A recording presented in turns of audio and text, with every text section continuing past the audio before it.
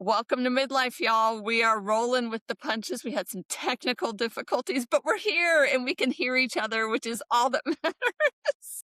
We're here. We're here. We did it.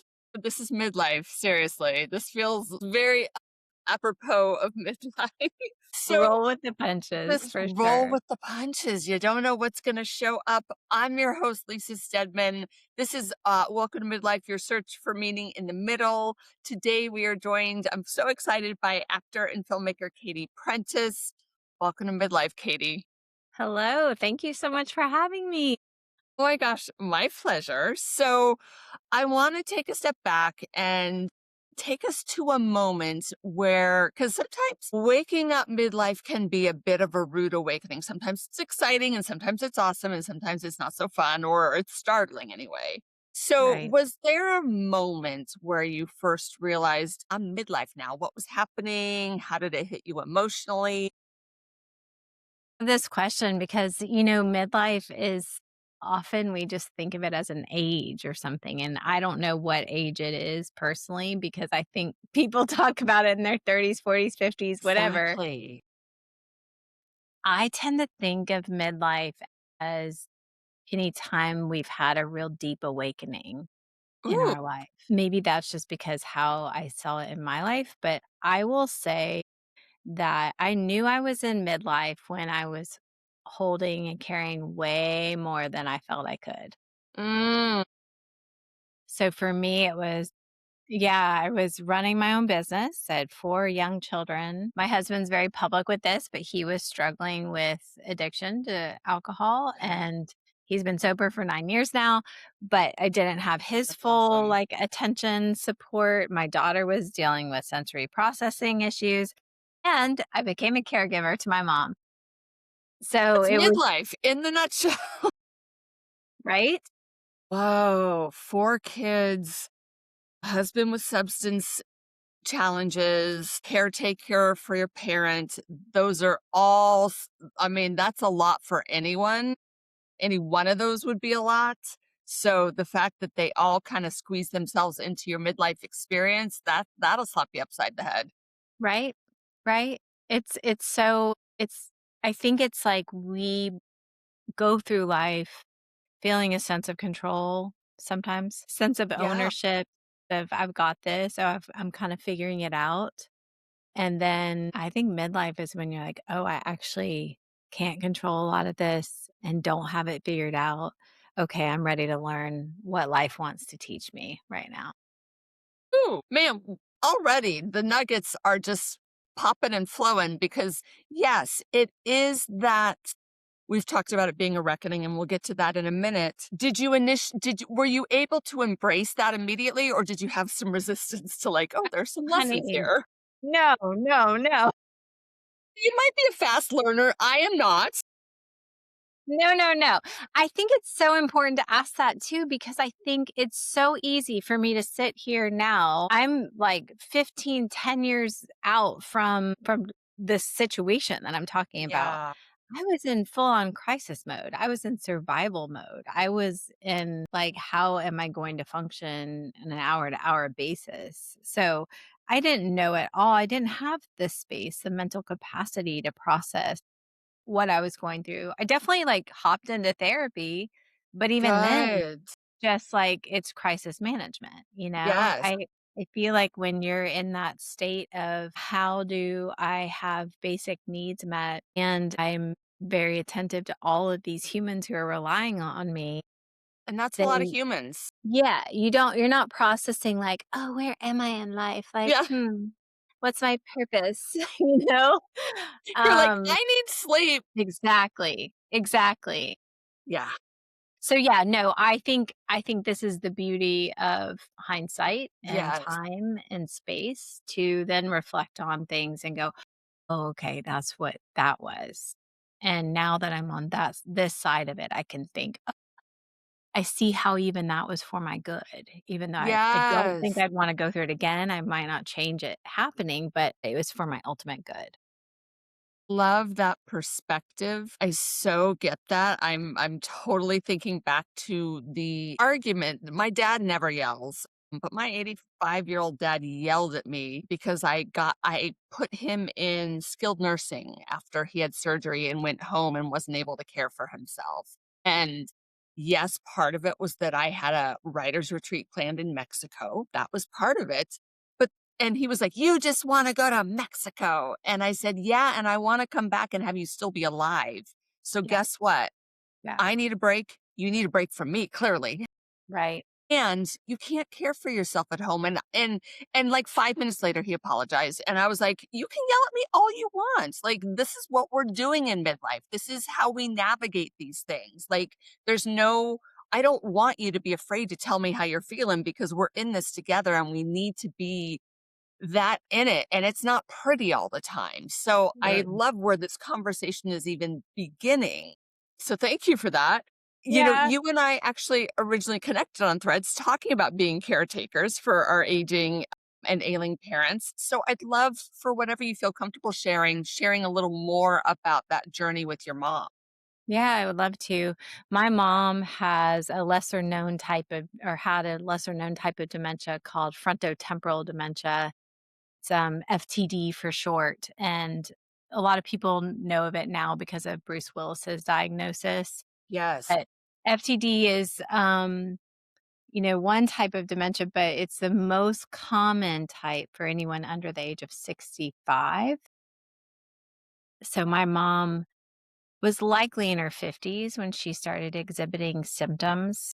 Oh, so early. We didn't get a diagnosis until she was 62, but it was a shock to us. We were already kind of caring for her, my sister more than me because my brother and sister live in Georgia where she was living at the time. Okay. Yeah. So those early symptoms or behaviors were the things that kind of sent the awareness to all of us. My mom was having delusions and Wow. sharing Okay. stories that didn't really make sense. And so the brief explanation of her journey to diagnosis, et cetera, and to me becoming a caregiver was that my mom was exhibiting these behaviors that were really off. We got her in with a psychiatrist who said she had a delusional disorder. My sister immediately took her into their home, and we were like, "Let's just figure out what to do later," because the Yeah. psychiatrist said she can't drive or live alone effective now. And Whoa. so, it So was you guys like had to a act quickly. very quick. So my sister and her family ended up caring for my mom for almost 3 years, and my mom's digression was happening in that time, and then they were at their wit's end, and I felt like I needed to be near mom. We're in Oregon, so we're across the country, and I said, "We'll take mom in." I would like to be a caregiver with her just when I thought about, like, how do I want to look back on this time? And I have Exactly. to make my choice that way, and so I chose I needed to be with her, I needed to be present with her. So we moved her in with us, and she lived with us for less than a year, and her care was way more than we could handle. With the FTD, she had primary progressive aphasia with FTD, which means she wasn't able to verbally communicate. Oh my Um gosh. Okay. yeah, which is also the variant Bruce Willis has. Okay. FTD really affects personality, emotions. It's less memory and more like either behavioral or Like speech mood. or physical. Yeah. So I felt like my mom was getting lost within herself right in front Sure. of me, and becoming less and less of the woman that I knew she was. But we cared for her to the best we could. We ended up having to place her in a couple different facilities that were the right fit for her, and then, my mom died about 10 years ago. So Mm, so that was my caregiving journey. I feel like it's taken me all these years to process and even, deal with the grief and the trauma of all of that. Is all of just it. and I feel like it's a tightly winding experience, and then the grief journey after is kind of this unraveling of all. And unraveling and such an unknown. I want to go back to what you said about like you didn't want to have regrets. So it didn't matter what needed to change in your life. You wanted to be the caregiver for your mom. And I really honor and respect that. It is a brave, bold choice that not everyone's willing to make. It's not my business to share, but I'll just share very briefly. My father and my sister became estranged after his surgery that he had. So I was the sole caretaker. And part of that I have to take ownership of because I didn't think she was up for it. So I have to own that. And apologize for that, which I still haven't done. So I will do that. Accountability.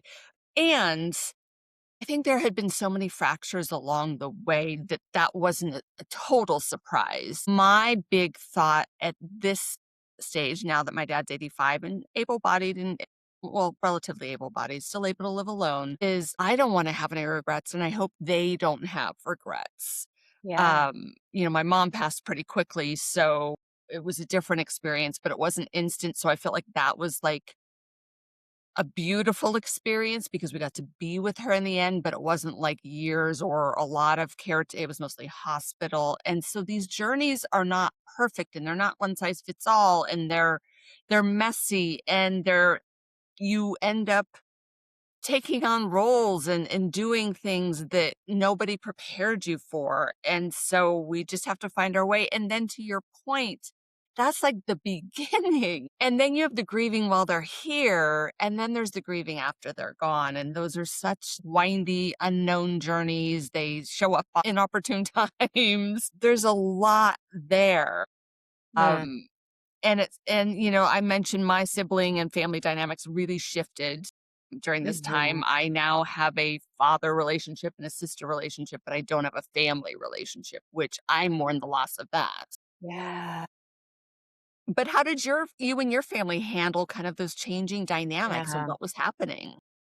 Well, I think you're bringing up so much that's so important to discuss, Lisa.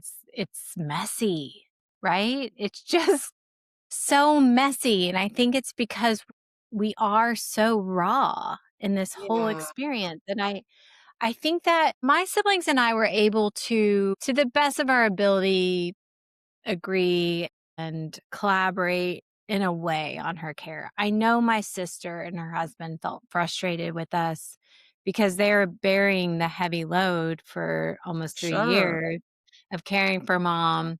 I was in like my own like feelings of crisis with marriage and family and felt like if we took mom in, we would be devastated at Yeah. that point. So there's just all this conflict and I think one of the things is we're trying to deal with trauma and grief, and we all do that in our own special ways. Yes.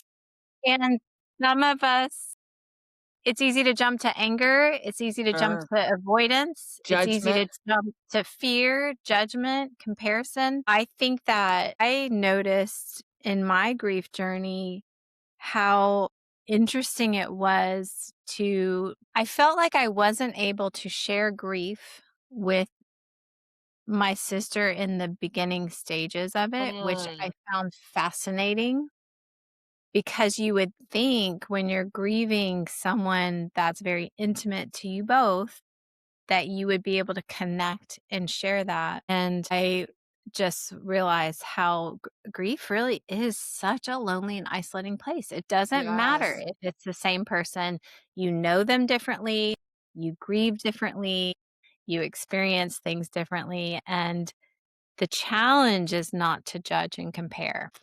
They're Yes. crying, you're not. They're engaging, you're not, et cetera, et cetera. It's like we're all doing the best we can, Yes. hopefully.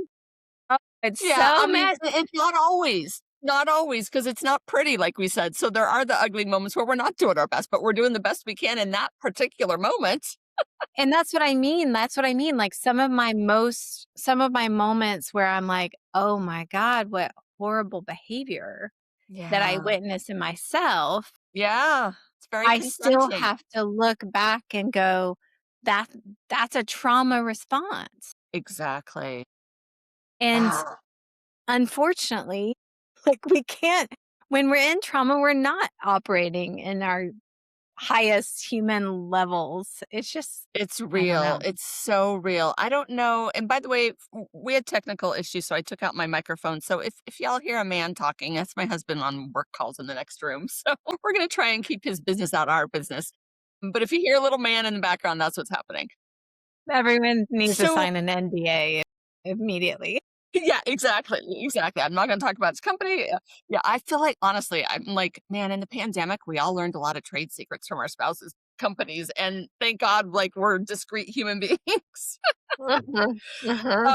So I gosh, everything we're talking about just resonates so much. So I don't know if you've watched the show The Pit on HBO. Yeah. So I'm late to the pit party, which is kind of a travesty because one of the actors in my short film is on the pit. So I should have watched it a long time ago, but Wonderful. started watching it after doing the film with him. So I was like, of course I'm going to watch it now. And Mhm. I think they do such a beautiful job of showing people functioning in trauma. Not just we're in an ER and there's trauma coming in, but my own trauma is coming up in the worst moment, in the best moment, in the hardest moments, in the softest moment. And I think that character study does so much good for those of us who've experienced grief because we can go, ah, I see what's happening. And I'm grateful that I'm not in that setting, but I'm honoring where they are in this moment in in that character. I just think it's Yeah. a fascinating study of grief and trauma. That's such a good word too, and it's so interesting to watch it lived out in front of us on the screen Yeah. and see someone disassociated or, Right. feeling in maybe, like, negative, like, self-harming ways or whatever, and you can I think the Pit does such a good job at, like, the full human story, so it's Yeah. not like one character is super easy to judge in that scenario. You Yeah. see why, Yeah. and then you're like, "Oh, okay," and if we could only be that gentle and gracious towards ourselves. Yes. So true. And so speaking of, the pit and storytelling, acting and filmmaking are your second act career. I'd love to first hear a little bit about your first career and how that informs your work as an actress and filmmaker. Yeah, life is wild, right? I think so I have had a portrait photography business for about 19 years now, and I feel like that coupled with my English degree from college, shout out English majors, just those 2 things to me are such a beautiful preparation for acting Mm. and filmmaking. Life is the other beautiful preparation for acting where Hey, is it? I think when someone has been through a lot of different things and they're actively reflective on life, then they can be a really profound actor because they have so much to pull from. Yes. So for me, I think I look back and I feel surprised by my trajectory and my journey into acting and filmmaking. I'm like, where did this come from? But then at the same time, I see the full story of my life and think, oh, yeah, stories have always been a part of it. When I've done portrait photography, it is always studying human relationship and faces and emotion and connection. And I've always said I want people to tell their story in front of my camera. Yes. And I would try to build shoots that would embody who someone actually was. So then getting in front of the camera myself was an interesting journey of truth and discovery and learning to honestly, I feel like acting has taught me how to learn how to live more fully and Ooh, more honestly. that's When beautiful. yeah, when I started acting, I discovered all of these personal blocks that I've had in life to probably Okay. protect myself. Anti-conflict people pleaser is Sure. Sure. my past, and when you don't get anger or self-expression, then that can be a block in acting, and so I feel like acting has really opened up channels for me, opened up channels of empathy and discovering how truly connected we all really are as human beings. So getting in front of Yeah. the camera is a challenge in some ways, and then getting behind the camera and directing actors just feels like a really beautiful consummation of all of the things that I've done through life. I love that. It's interesting you say like, for me, anger was easier than sadness as a human. Mm, So I'm good at anger. Oh, I'm fiery, I'm feisty. Like, my husband and I joke mm. that like one of these days my mouth is going to write a check my butt can't cash. And he's a little Guatemalan, so we're screwed. Like, you know, but Love that. my challenge has been to go underneath the anger and realize that's protection for sadness. So allowing myself to be and feel sad has been my journey. And so what you're saying about acting and forming your emotional journey, for me, anything that made me sad, I would write about. And Mm. so storytell because I wanted to understand it, but I couldn't understand it for myself. So I needed to put it on a page where it was safe. Mm. And I love this journey of being midlife and being able to not just write it down, but speak it, like give myself a voice, not just a pen voice or a typing voice, but a verbal voice, like a vocal voice, one that has resonance and vibration to it, because that's so healing. Mm, mhm. I 1000% agree that writing and storytelling is a path to our own emotions, connection, truth. It's such a beautiful way to express and process and let Yeah. our characters go and do and be the crazy stuff that we have avoided or have done or whatever. Nobody needs to know. But I also Just curious about, like, I didn't live that life. So let me go see what that life would be like to live. yes. Yes, and I think you're onto something so true about anger. I see it a lot of times. I've gotten the privilege of coaching actors the last couple of years, and I think Nice. watching actors training and in studio and even auditions that come through, how quick it is to it's easier to jump to anger in performance as well because it's a way to avoid Mm, feeling this more raw or vulnerable feeling of sadness or fear even. So, I love that you interesting. said that too. I think just to clarify, I just am a person who avoided a lot of negative emotions, Oh, period. yeah. Yeah. Me too. So, uh, but welcome to midlife because we get to lean in and be honest and Here they raw about are. the way we're feeling. I love it. Yeah, I'm gonna totally out myself. So when I was a kid, I used to write songs and we had a family choir. So I would write songs and I would make my family sing my songs. And I had a song called Be Happy, Don't Be Sad. And I used to love that song. And it was only in my 20s when I shared it with a girlfriend and she was like, "You realize your song is about not feeling any bad emotions." And I was like, "Well, That is that the goal. describes my family perfectly." So not Yes, that surprised is I what wrote I it want. and made the family sing it. Right. Well, why wouldn't I want that? I mean, it Right? was just like that just was such like a beautiful, I was like, "This is not normal to someone else." Okay. But also, midlife is so confronting emotionally because we're raising children, so they're learning how to navigate their emotions. I remember very clearly the time I was a couple times that I can think of. We don't have kids of our own, but we've raised our niece who's now 15. No. And I remember one time she was just having a tantrum at a restaurant, and so she and I went and sat outside, and I was like, "Talk to me about what's going on." And she's like, "I'm just so sad," and like through her sobs. And I was like, "Well, let's get sobby.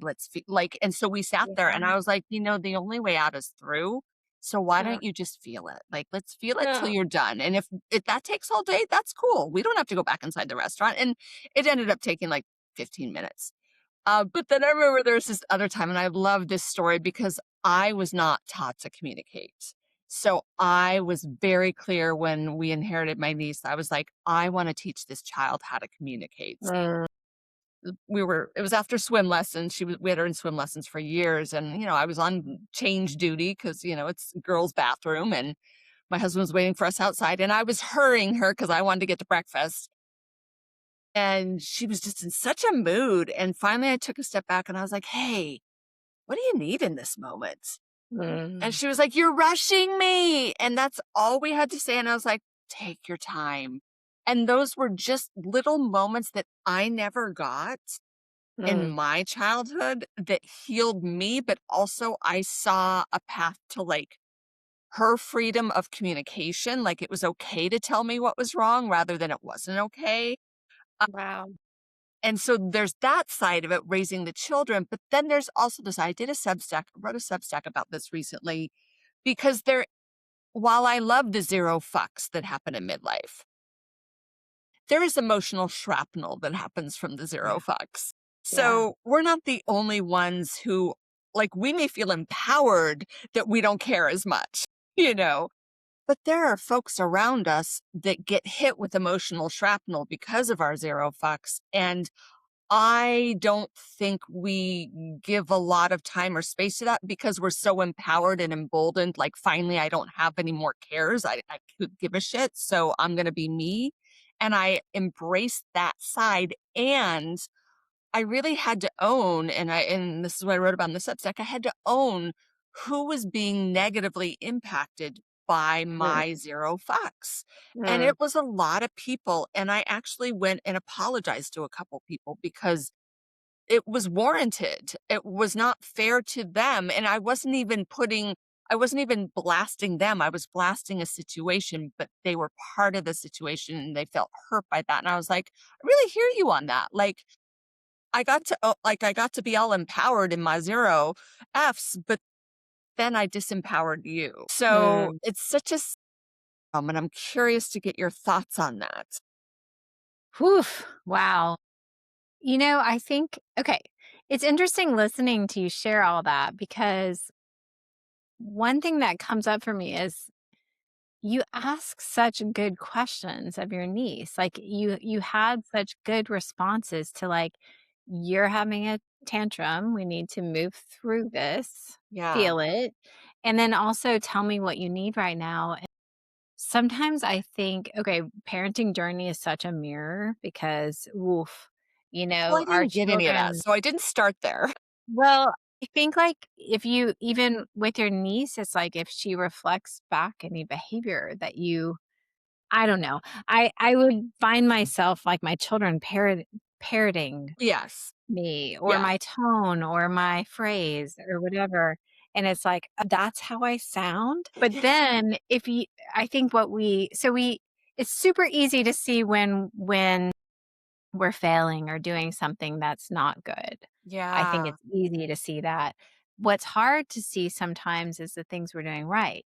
Mm. And if you can take that voice and those questions that you would offer your niece and then offer them to yourself instead of, well, you're having a tantrum right now. What do you think you need? Yeah. And it's not so radical to turn that around. How lovely would that be? Right?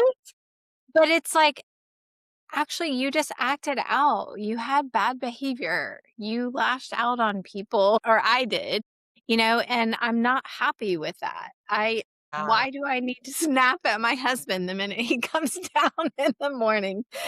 Like, what is that about? He doesn't, I can be reflective and go, why did I do that? What did I need? What was I trying to get in that moment? And Yeah. so just sitting with ourselves and asking those questions, I think is so important. I do think I like being a more raw version of myself in Yeah. midlife only because I feel like I'm becoming a more honest person. I think because as a people pleaser, like I think it's just easy for me to chameleon or stay really Right. vanilla on things, hide an opinion or whatever, pander to people in order Yes. to be liked. And I'm learning how to not care about what people think because it's none of my business. I won't know. I can't know. I don't need to know. Let it go. And so, I'm for that, and I'm for the wake up call of, like, I have been compliant and it no longer serves me. I think those are such beautiful rude awakenings for midlife women. yeah, I do too. I do too. And it's a want to live my fullest self, Yes. and feel alive and be willing to be messy. For me, it's like when you're a people pleaser, it's like I'm going to walk this tight line. I'm not going to ruffle any feathers at all. And Right. I'm going to, do everything so that no one will judge me for anything. Now I'm like, come on, judge me. Lean in. I am Yes. not for everybody. I'm meant for whoever is meant for me, and that's okay. And that is I think what I hope the rest of our life is about. We are Right. not for everybody. So what if we allowed our voices to resonate so profoundly that our peeps showed up and our non-peeps just kind of moved to the sides? Yes. Yes, I love 100%. this. I love this so much. Okay, so I want to talk about your film, Wake Up Maggie. Tell us about it. Yeah, let's talk about wake-up calls that we were just Yeah. mentioning. So, yeah, I mean, this Wake Up Maggie is a story built around all of these themes we're discussing. It is about that midlife unraveling. You know, Brene Brown talks about midlife. She says everyone talks about midlife being a crisis, and a crisis to her is like one event. Okay. And midlife, she says, is more of an unraveling because of a series of multiple events and situations that happen in our lives. And I really latched on to that idea of a midlife unraveling. Sometimes when I've used the word unraveling, people think of it as like a spiraling out or like going crazy or something. Crisis. Yeah, the whole Right. crisis thing, which it's not. I see unraveling as a peeling back the layers. It's Yes. like we've built our lives, our child selves built all these protective layers of ways of behaving so that we could feel safe in the world in order to move on and grow up. And then midlife to me is an opportunity to peel those back. We're going to feel more. I don't know what just happened. Can you hear me? I can hear you, Yeah. yeah. Something just like, I don't know. My screen just went black all of a sudden. No, no, you look good to me, I Okay. hear you, I Okay, see you. great. Great. I see. I'm back. So, yeah, midlife, it to me is a peeling back of those layers and experiencing more in a raw way. So, I wrote the story Wake Up Maggie to center on our Maggie who is in midlife and finds herself thinking she can control everything in her life and situation until she gets a call from her estranged sister that she's in trouble. When Maggie decides to rescue her once again, she Mm, discovers that there's more going on to her story than she realized. So Maggie's life starts to unravel in our journey of Wake Up Maggie. And it's really, truly a story told born out of my very lived, true experiences and other people's lived experiences that have shared right. with me um, their own caregiving journeys. But I call it a coming of middle age film. Love Speaking that. about midlife, it's for all of us. I often say midlife can hit you when you're 18. It can hit you Totally, when you're 60. I don't it totally. really isn't about an age, it's about No. when you, like, hit that wall and decide, "I'm gonna live more deeply and more truly." Yes. So, Yeah, we don't put yeah, age limits on this, like, who we talk to on this podcast because to your good, point, you can be 18, you can be 80, like, I don't care, I just wanna have I wanna have conversations about peeling back those layers. right? Yeah, Yeah. and I've met so many people that are really young that I'm like, "You've already been through it. You've been through Yes. your midlife journey, like, you're so grounded because life has already taught you." Usually, that's a sad thing and an unfortunate thing, like, they've Right. learned through Loss, something really trauma. difficult, but yeah, it's really profound. I feel like when you've been through it, you recognize others who have been through it as well. But, yeah, I'm incredibly proud of Wake Up Maggie. I think it's a really beautiful story, and I think it's very relatable to people across the board who family drama, like we all We've have. all got some, and if you don't, I think you might wanna sing my "Be Happy, Don't Be Sad" song. I think you should sing it on the podcast. Oh my god, it's so tragic. Come on, come on, new podcast song. Yeah, veto that, but so, question for you, like, when did you make the film? Did you do film festivals? What was the audience response? I'd love to hear a little more about that journey. Great. We are still in post-production. So, That's right! Oh my gosh, yeah. yes, so you've done short So films. This is yes, okay. yeah, Gotcha. I love that you asked that. I have made a number of short films, and this is my first feature length So movie. exciting. So, we I've been working on this film very, very actively since 2024. Okay. We shot Wake Up Maggie this past fall, so September and October of 2025, and we are currently in post-production and hoping to finish the film by the fall of 2026. It's amazing. Oh, yeah, so I'm, like, currently meeting with our post team, like, meeting with our editor Post-production is a whole consistently. thing. Oh my gosh. Yeah, it's so fun. I know you know. It's like as a filmmaker, we get to tell our stories, especially if we're writer, director, and, Yes. doing posts. We get to tell the story 3 different times, Yes. and how beautiful to see that evolution. We write it, and then in production, it gets told in a different way, and then in the edit room, it gets told in a different way again. But I'm really You know, trusting that. that's wisdom from Rob Reiner, actually. My Mm, editor used to work with Rob Reiner. He cut like a bunch of films, like the When Harry Met Sally era. Rest in peace, Rob he's Reiner. so good. Yeah. And in editing, he literally told me that same thing because he was a producer on the film. So he was on set and he was very actively involved. And he's like, Lisa, there's going to be a new version of this. And I was like, oh, okay. And he was right. And you're Yeah. so right. And just all the hands that touched the project. And Yeah. like, I knew filmmaking was a team sport and a collaborative effort, but really like, oh, I do need a colorist and I do need a sound mixer. What you're going to do, Foley? Do people still do Foley? Yes, they do. Yeah.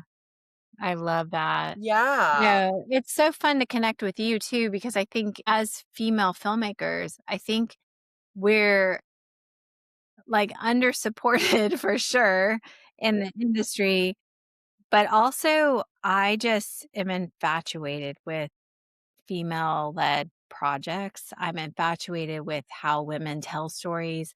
I think women want stories told by other women, and the way Yes, we we need it. nurture, the way we create the story, and it's so maternal to me. It is like I have a baby in my body. The baby is coming out into the world, and I'm going to protect and care for the baby as deeply as I possibly can. Absolutely. Being a fierce advocate for that baby every step of the way. I just saw most of the Oscar nominated shorts last night, some animated, some live action. And when you talk about female filmmakers and how we need them, boy, do we need them. And the stories they have told. I cried, I laughed. I was like, this is what? I mean, the reflections of the world we live in. I was like, whoa. Mm, Was just so blown away and heartened, all of it, like every cell in my body was on fire with, like, giddiness. I mean, it was just beautiful, and yes, we do need more filmmakers who are female, and we need more representation, and, I see a lot of panels, and I'm like, "Oh, there's one woman, okay." So I was heartened to see how many women were represented, last night, how many voices, because we need them. We definitely need them. that's beautiful. We've kind of touched on this, but I'd love to know if there's anything else you want to speak to around how being midlife has informed the kind of stories you want to embody and tell and Mm, share. mm. Wow, I mean, I don't know if I could do the work I'm doing any earlier in life. I think there are a number of times where I feel grateful that I didn't discover acting and filmmaking in my 20s and these, because I think that my insecurities would have been so loud, Mm, and also my ability to be more honest wasn't as present in my life. Um, totally relate to those, both of yeah, those. I think I would have crashed and burned, number one. But yeah, number two, I was not willing to be honest with myself in those days. yeah. I think our I'm Gen X, I'm gonna Yeah, assume. same. I think our generation is really uniquely positioned to tell really beautiful stories. So it's our generation currently in what would be a traditional age, midlife, that I'm so excited to see the work that's coming out from Gen Xers in particular, especially female Gen Xers. But I think the reason why I want to say, like, it's interesting to me. Let's talk about perimenopause. I grew up nobody talked about perimenopause. Nobody. Generations above us didn't talk about, we weren't allowed to talk our periods. You had to hide, you whispered to your very best friend, "Do you have a tampon?" And like you hid it, we hid it in our sleeve when that's what I did. Yeah, I like hid it in my sleeve to walk to the bathroom because I was having an emergency.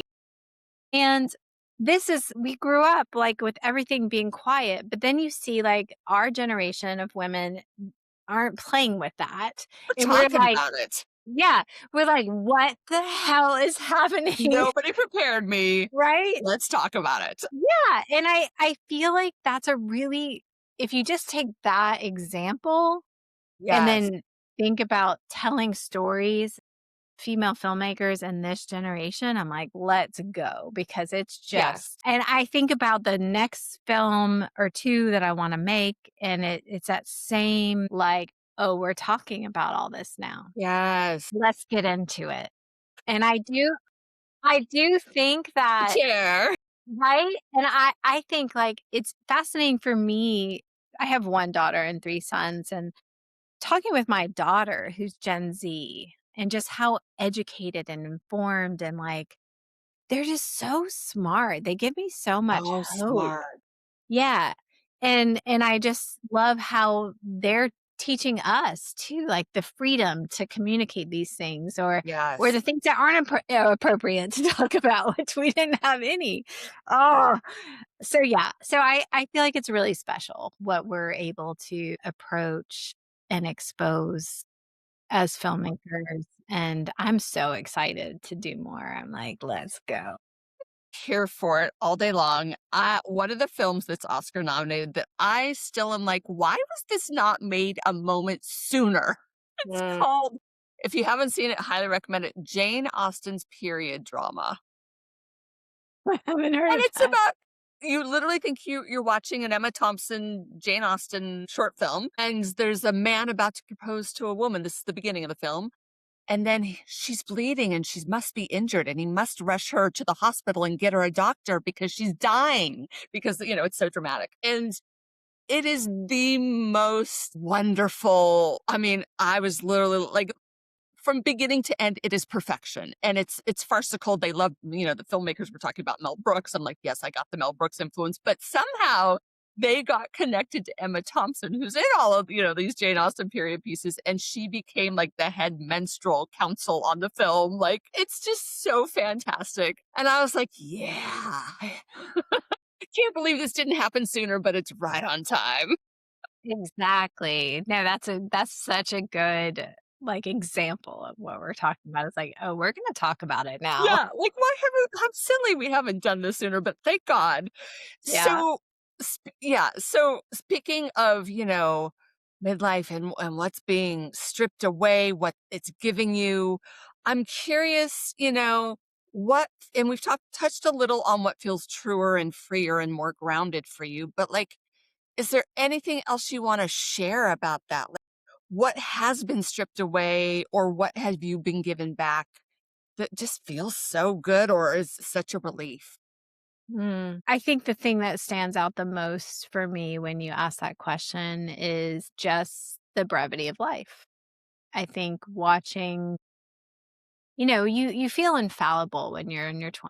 You're eight when I was 18, I knew everything. I basically could run the world, and it's weird nobody asked me to because I had it all together. Um, and then life educates you and humbles you and you keep going, and I think about my mom's death. That was exactly 10 years ago in February, and always say, like, the biggest thing I learned from that was the desire to live more fully.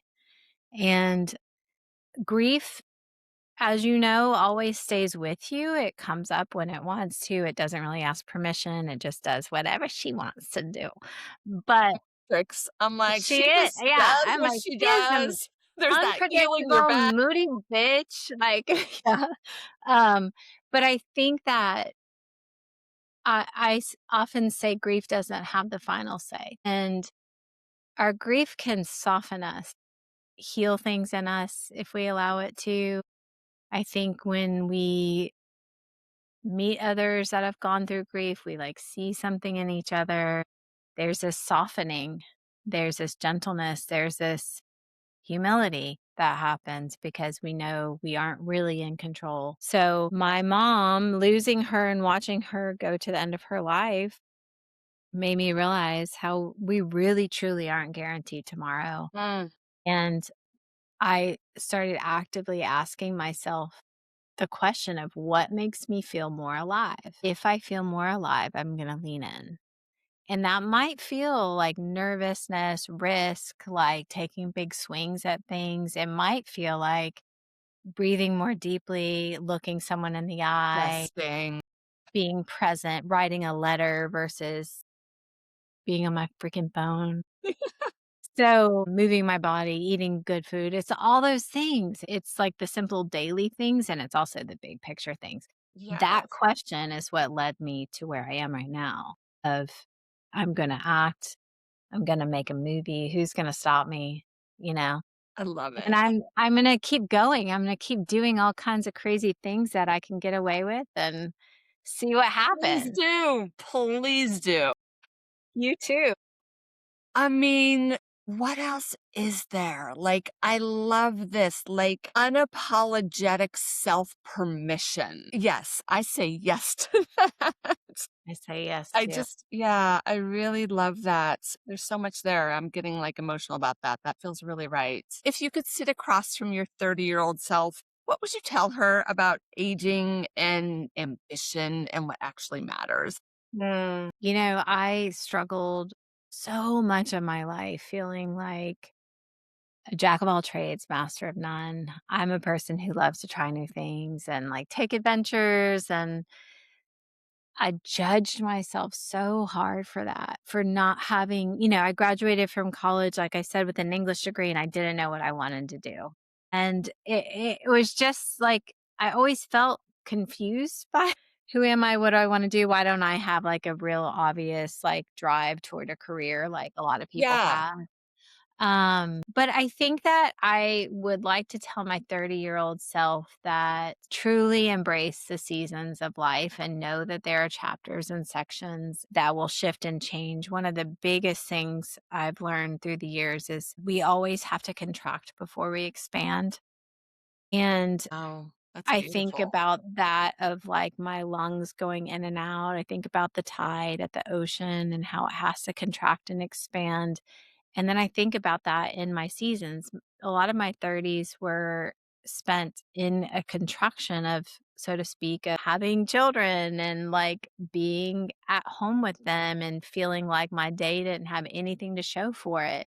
I think about my caregiving journey with mom, and that was a huge contraction where I didn't have the ability to even like eat, you know? Right. Um, my life felt so small, it felt so invisible, I wasn't sure what mattered, and then we go through those contractions, and then we're able to expand and take a big breath and lean into something maybe more bright and in our control, like making a movie. That's like an Yeah. expansion for me, and I like to share that both to my 30-year-old self or to anyone listening because I think it's easy to see someone in an expansion and feel like your life is even worse. Yeah. Like, "Oh, why don't I'm just cleaning." Yeah, I'm cleaning toilets right now. I feel miserable or whatever. And just to remember that we all are in this contraction and expansion, and it's okay. Like, I might be in a contraction in a year or 2. It's gonna just the rhythm of how things work It's in the just world. real. Yes. So, my 30-year-old self did not know that, and I think that that might have brought more ease to her life. Yes. Wow. Honestly, I think that's one of my favorite answers I've heard on this podcast. That's a beautiful answer. So profound for any single person, right? It's so often and midlife is a specific journey, but it's also a universal one. But that message right there is so universal because it's specific. I love it so much. Good.